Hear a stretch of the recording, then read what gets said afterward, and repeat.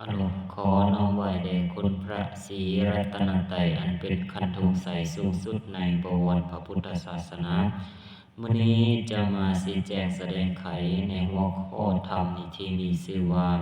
ข้อดีของการมีพระสงฆ์สามเณรอยู่จำพรรษาในวัดการมีพระสงฆ์สามเณรอยู่จำพรรษาภายในวัดมีประโยชน์หลายประการทั้งต่อพระสงฆ์เองและต่อชาวพุทธศาสนิกชนทั่วไป 1. ประโยชน์ต่อพระสงฆ์คือการศึกษาและการปฏิบัติธรรมะช่วงเข้าพรรษาจะเป็นช่วงที่พระสงฆ์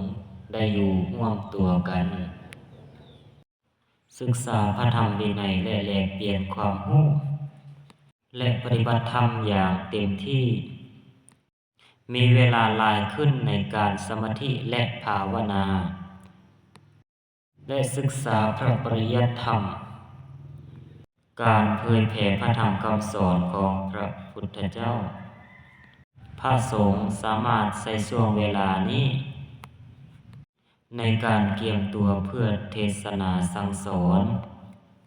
และเผยแผ่พระธรรมคำสอนแก่ประชาชนเมื่อถึงวันออกพรรษาความสงบและวิเวก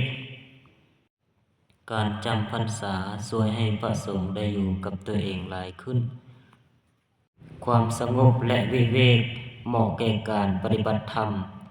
และพัฒนาจิตใจการดูแลรักษาวัดพระสงฆ์ที่จำพรรษาจะช่วยกัน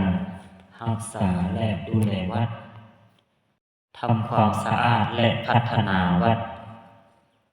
ให้เป็นสถานที่น่าอยู่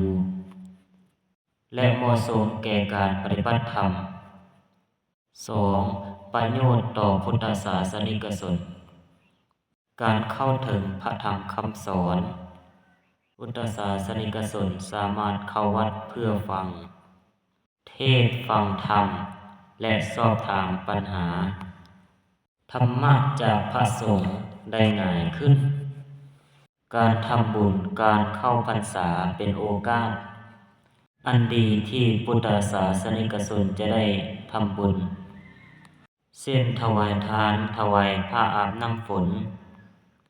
และปัจจัยต่างๆแก่พระสงฆ์การอบรมสั่งสอนพระสงฆ์สามารถเป็นแบบอย่างที่ดีในการดำเนินชีวิตตามหลักพระธรรมคำสอนและอบรมสั่งสอนศีลธรรมแต่พุทธศาสนิกชนการสืบทอดพุทธศาสนาการมีพระสงฆ์จำพรรษาในวัดอย่างต่อเนื่องช่วยให้พระพุทธศาสนาคงอยู่และสืบทอดต่อไปข้อที่ 3. ประโยชน์ต่อชุมชนการเป็นศูนย์กลางทางจิตใจวัดเป็นศูนย์กลางของชุมชนพระสงฆ์เป็นที่เคารพนับถือและเป็นที่พึ่งทางใจของชาวบ้านการส่งเสริมความสามัคคีการที่ชาวบ้านมาร่วมตัวกันที่วัดเพื่อทำบุญและฟังธรรมช่วยส่งเสริมความสามัคคีและความสัมพันธ์ที่ดีในชุมชนการพัฒนาชุมชนพระสงฆ์สามารถมีส่วนร่วมในการพัฒนาชุมชนเช่นช่วยเหลือผู้ทุกข์จนสนับสนุนการศึกษาและส่งเสริมกิจกรรมต่างๆที่เป็นประโยชน์ต่อสังคม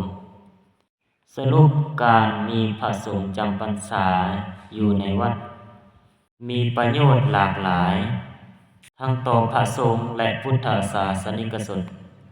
และชุมชนเป็นการส่งเสริมพระพุทธศาสนาและพัฒนาสังคมให้ดีขึ้น